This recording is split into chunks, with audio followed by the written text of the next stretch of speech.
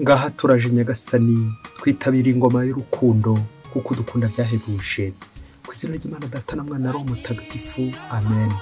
Amahoro bana b'Imana, nimuhumure, Imana iradukunda, igiye kutugira neza kuri wa gatanu w'icyumweru cya 8 tariki 2 Kamena 2023. Isomo rya mu bitabo cya mwene Siraki umutwe 44 umurongo wa mbere n'umurongo wa 9 kugeza ku 13. Mureke dusingiza abantu bacu byamamare b'abakurambere bacu uko ibisekuruza byabo byagiye bisimburana. Hari kandi n'abibagiranye burundu, barazimira nk'aho batabayeho, bahinduka nk'aho batigeze babaho, kimwe n'abana babakurikiye. Nyamara ariko dore abantu baranzwe n'ineza, ibikorwa byabo by'ubutungane ntibyibagiranye.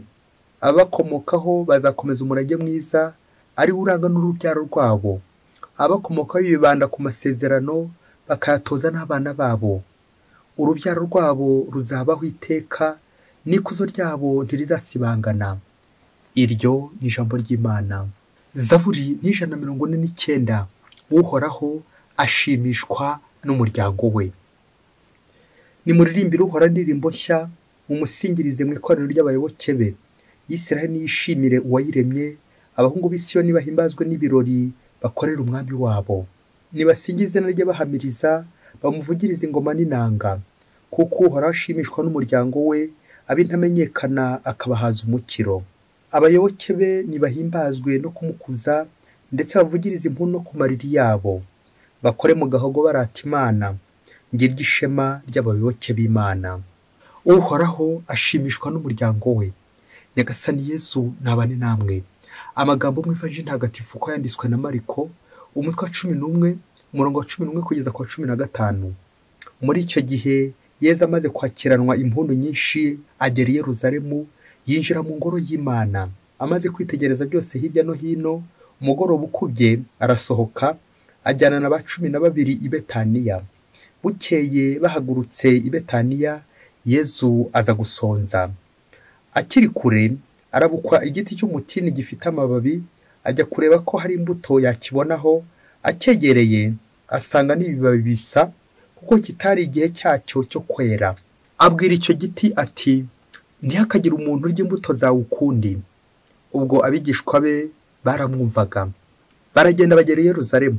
Yesu yinjira mu ngoro y'Imana, atangira kwirukana abacuruzi n'abaguzi bari mu ngoro. Ahirika ameza y'abavunjaga amafaranga n'intebe z'abacuruzaga inuma, kandi abuza abikoreraga imitwaro kwahuranya ikibuga cy'ingoro. Nuko abigisha ababwira ati, mbese ntiyanditswe ngo inzu yanjye zitwa inzu yo gusengerwamo n'amahanga yose, naho mwe mwayigize ubuvumo bw'abambuzi.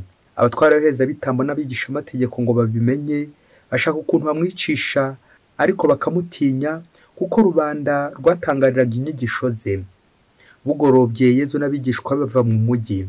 Mu gitondo bahita, babona wa mutini wumye kugeza mu mizi.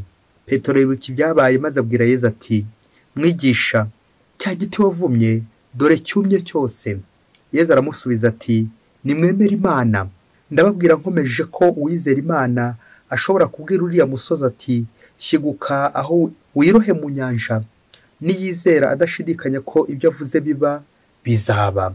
Nicyo gituma mbabwira nti, icyo musabye cyose musenga, mwizere ko mugihawe kandi muzagihabwa.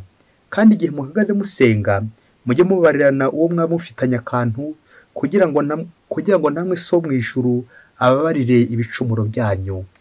Iyo ni ivanjiri ntagatifu. Yesu ati, nimwemere Imana. Amen, amen, amen. Bakristo bavandimwe, Yesu Kristo akuzwe. Ahangaha tugeze ni kuri buri munsi. Ndakwifuriza kuza kubona Yesu ahangaha, kandi ko kwamara kumubona ukamushyira abandi. Dore ko ijambo ukwemera risobanura kubona Imana, ariko ntibigarukira aho ngaho. Warangiza kubona Imana, Imana igakwerekana mugenzi wawe. Ntabwo wavuga ngo wavuye gusenga wongereye ukwemera kwawe, ariko uko gusenga kwawe niba ntako kwagufashije mu mubano wawe na bagenzi bawe.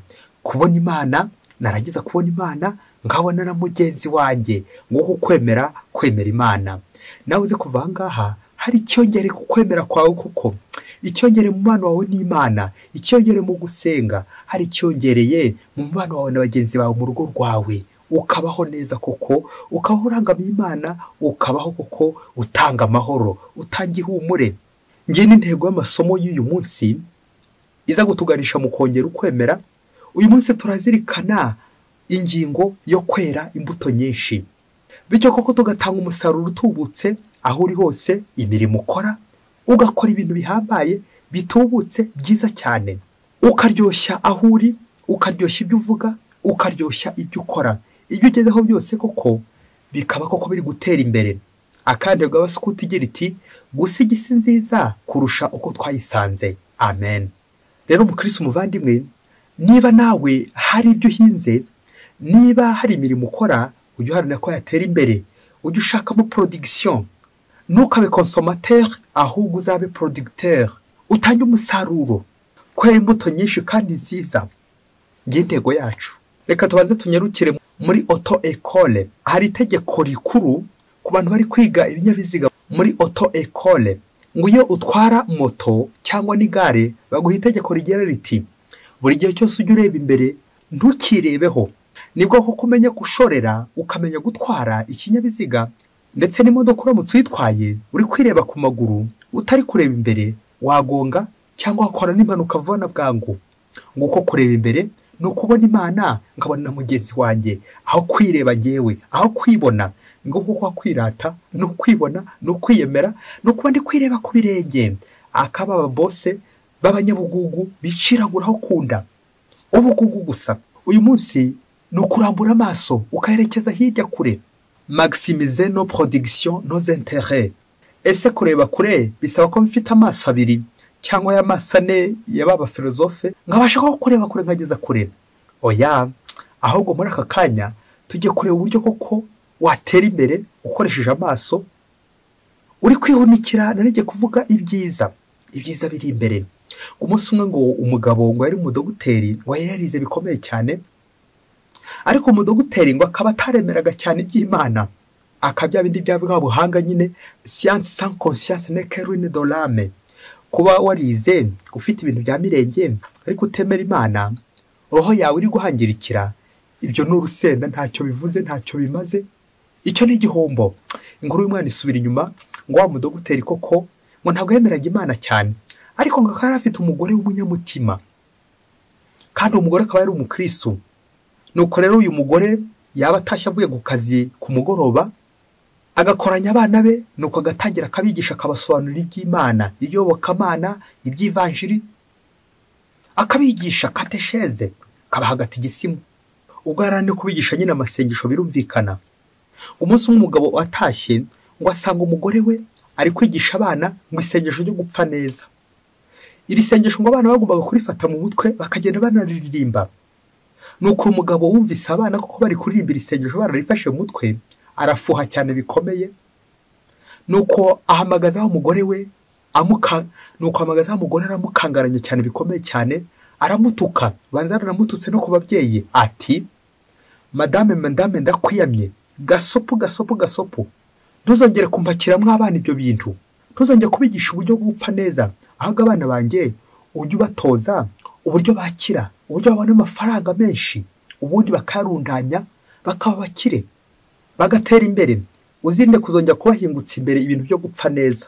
Bakristo. Ari uyu mugore utegurira abana be kuzapfa neza, ari uyu mugabo nanone uri kubashishikariza inyungu, ubukire, uri guteganyiriza abana ejo hazaza. Ninde muri aba bombi? Ninde muri abo uzabona umusaruro mwinshi kandi mwiza? Ari umugabo ari uyu mugore. Nibyo koko iyo ushaka ikintu kiramba nanone kiratinda mu kuzakigeraho. Nanone ariko iyo ushaka ikintu cyihuse kiranihuta kikihuta, ariko nanone kikazihutira gushira. Nguko uko guteganyiriza abantu ntabwo ari gusa kubateganyiriza ibya hano ku isi gusa, ahubwo n'ubuzima bw'ijuru. Kubategurira, nkaba nabasha gutegura abana banjye, nkabategurira ijuru. Umubyeyi uzi gutegura ndetse no guteganyiriza abana be, naho ureka undi ushaka ko abana be koko bahunikira hano ku isi gusa, nkaho tuzaramba hano ku isi. Nyamara hano ku isi turi mu icumbi. Iri somo riraduha igisubizo twaha uyu mugore ndetse n'uyu mugabo mu burere bw'abana babo. ubwo muri iri somo bagize bati nyamara ariko dore abantu baranzwe n'ineza ibikorwa byabo by'ubutungane ntibyibagiranye ababakomoka bakomeza umurage mwiza ari uranga n'urubyaro rwabo urubyaro rwabo ruzabaho iteka n'ikuzo ryabo ntirizasibangana. Amen, amen. Ngiyo investissement à long terme, kwizigama ubukungu burambye, gutegura inyungu zitinda nubwo bigorana kuzigeraho. Akabya bindi ngo huti nyine byari bihumye. Ngize inyungu tugomba guharanira nyinshi kandi ziza kandi ziramba. Kumenya kureba kure, kureba Imana nkareba n'abandi. Bakristo bavandimwe dufite ikibazo hano ku isi. Hari umuntu ushobora kubwira ko azapfa akakurakarira akakureba ikijisho. Yewe rimwe na rimwe akaba yagutuka kandi twese tuzi ko tuzapfa. Na kopi turayifite ko tuzapfa. Na niyo mpamvu tugomba no kwitoza kuzapfa neza. Iyo aba twese twateganye urupfu twakagombye kujya dutangira koko no kumenya iyo sengesho yo gupfa neza. Bityo tugashobora guteganya no gutegura inyungu zo hakurya y'imva. Inyungu zitubutse, inyungu zisumbuye. Bityo koko ngahinga neza kugira ngo zasarure neza. Mu ivanjiri y'uyu munsi turumva ibigereranyo by'umusaruro hamwe utitonze ushobora kurumbya, ariko handi twemeye umuhinzi akavomerera akita ku giti imbuto zaba nyinshi. Bitari ibyo nyine igiti gishobora kuma kuko nyine twanangiye twanze abashobora kuvomerera babandi bashobora kongera ukwemera kwacu. Turumva Yesu Kristo winjiye Yerusalemu nk'umwami ari kwitegura urupfu n'izuka bye. Ya mbuto y'ingano izabanza guguta kugira ngo nyine yere nyinshi. Akavuga igira iti imbuto y'umugisha yera ku giti cy'umuruho. Ukaruhuka biri byuya kugeza igihe koko uzagera ku musaruro uzeza. Muri iyi myitego nk'uko twabimvise mu ivanjiri y'uyu munsi Yesu arakora ibimenyetso byinshi, beaucoup de gestes, ariko reka twibande kuri ibiri by'ingenzi. Yibanze ku giti cy'umutini gitera imbuto n'abacuruzi irukanye mu ngoro y'Imana. Ibi byombi bigashushanya nanjye kuvuga ubugumba n'ubwa roho. Kubera iki? Yesu Kristo muri ivanjiri akoze ibimenyetso abenshi twagira ngo no gushotorana no guhambara, ngo no munyamahane, ngo Yesu avuga nabi, ngo Yesu akagombye gutanga umugisha kuki none hari kuvuma. Yesu akagombye kwinjiza abantu mu ngoro kuki ari kubirukamo ari kubasohoramo. Igisubizo kuri ibi bibazo nta magambo abiri gusa: ukurumba n'ubuhakanyi, improductivité et l'incrédulité.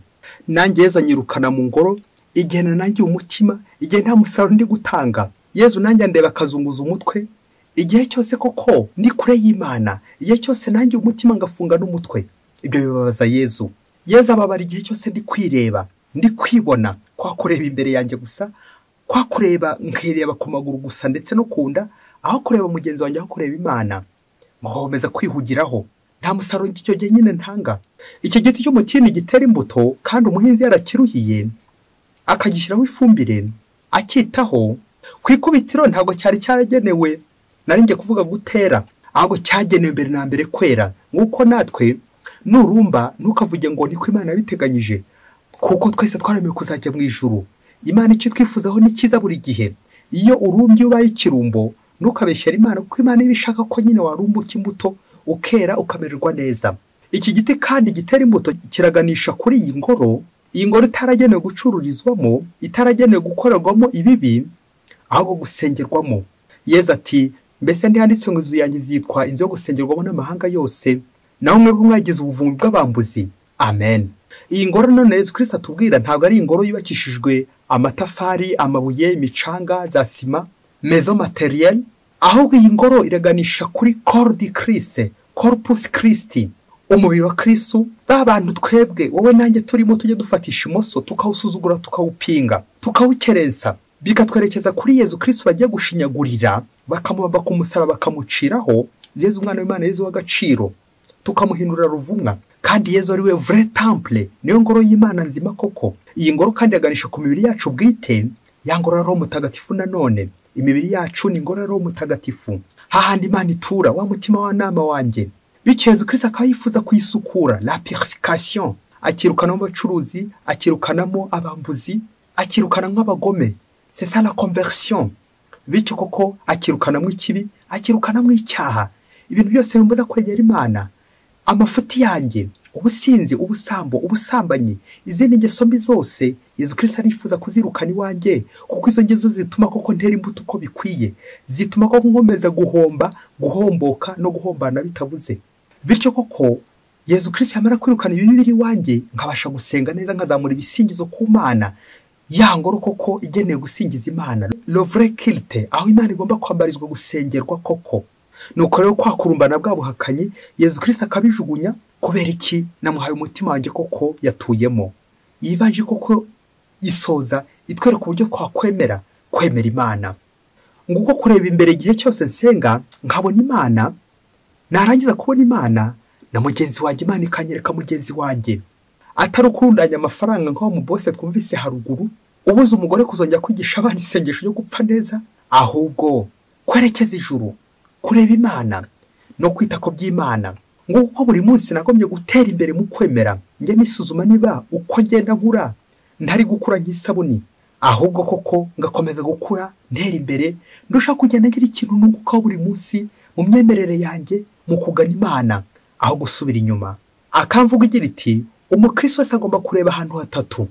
Ahambere ureba hejuru ukabona Imana, aha kabiri ureba ku ruhande ukabona mugenzi wawe ukamugira neza, aha gatatu ugomba kureba hasi ukabona ibintu, ariko ukenda ko ibintu byagukandagiraho wowe ukabikandagira, kugira ngo bya bintu kuko bigufashe kubona abantu kuko nabo kugeze ku Mana, ubuntu bw'Imana. Ese mukristo umuvandimwe, urangamiye ibintu cyangwa urangamiye Imana?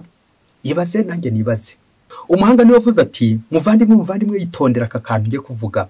Yaravuze ati niba isengesho ryawe ritaguhindura, wowe hindura uburyo bwawe ukora mu isengesho. Ese imishinga yawe itera imbere kubera amasengesho usenga? Imishinga yawe iratera imbere kubera ko uziranye n'Imana, kubera ko iri mu Mana, ifite ubwishingizi mu Mana? Aho wabutomboye, aho ngaho nyine uri gusarura neza, aho koko wahinze hazera. Kubera iki? Ibintu byose biri mu Mana bigenda neza. Ese wasanga umunwa wanjye wowe uvuye kuvuga Imana uhindukira ugatangira ugakwirakwiza amagambo y'amahomvu, ibitutsi, imivumo, intonganya? Ngiye cya giti gitera imbuto kirashinze ariko nta musaruro kiri gutanga, n'ingumba hasigaye ko bagitema. Ngo wa muntu uva, umuntu ukwirakwiza amagambo, umuntu uteranya abandi, kandi mvuye kuvuga Imana, mvuye kwakira ijambo ry'Imana, amatwi yanjye akaba ari kumviriza no kumvirana aho kumvikana n'Imana. Wasanga uvuye kwakira Yezu, navugaga Ukaristiya, twakira muri buri gitambo cya misa, tukayakira muri ya ngoro Yezu Kristo adusaba gusengeramo, cya gitambo cya misa.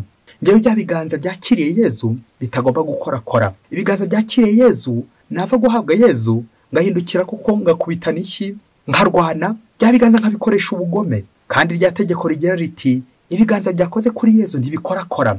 Gukorakora ntabwo ari ugukora mu mifuka y'abandi cyangwa kwiba, ahubwo gukorakora ni ugukora ingeso mbi n'ibikorwa bibi, ibikorwa by'umwijima, bya bindi koko by'abahakanyi. Kandi koko mvuye gusenga, mvuye kwakira Yezu, ibiganza byakoze kuri Yezu ntibikorakora. Bya biganza byakoze kuri Yezu byohoka ku ngeso mbi, ingeso mbi z'urukozasoni n'izindi ngeso mbi zose zidahisha Imana ikuzo n'icyubahiro, bikaza kurangira ndi kwireba, ndi kwibona aho kubona Imana. Yezu icyo gihe arababara, agashakisha uburyo bwose ko yanyirukana nanjye kuvuga mu ngoro ye, kuko ndi kwicururizamo nyine, ndi kumubangikanya n'ibindi. Akamvuga ngo ibisambo byifanze n'irondo, ingeso mbi ziri kuvangira Yezu Kristo. Uyu munsi no kwirinda akaboko karekare, ngirinda akaguru karekare, ka kaguru koko gashobora gutaha nijoro, urugo rwanjye nkaba ndi kuruteza inyuma, nkaba ndi kuruha mu rwobo, kandi nagombye kuruteza imbere, ahubwo cyane nkaruteza ibihombo, kubera kwikunda, kwireba, kwihugiraho, gusahurira mu nduru aho gusarura koko ngatera imbere. Nirinda akaboko karekare, ngirinda akaguru karekare, birumvikana n'umunwa uva nawe uzabonereho koko kugira ngo urusheho kwamamaza Kristo uko bikwiye. Nyagasani mwami wacu, uturinde maze uduhe gukora ugushaka kwa buri munsi, twitegure neza inyungu z'ejo hazaza hakurya y'imva, inyungu z'ijuru, bwa bukungu budashira hamwe nawe ubuziraherezo. Amen. Mwese Imana ibahe umugisha. Imana Data na Mwana na Roho Mutagatifu. Amen. Padiri Masumbuko na Disilasi wa Diyosezi ya Cyangugu.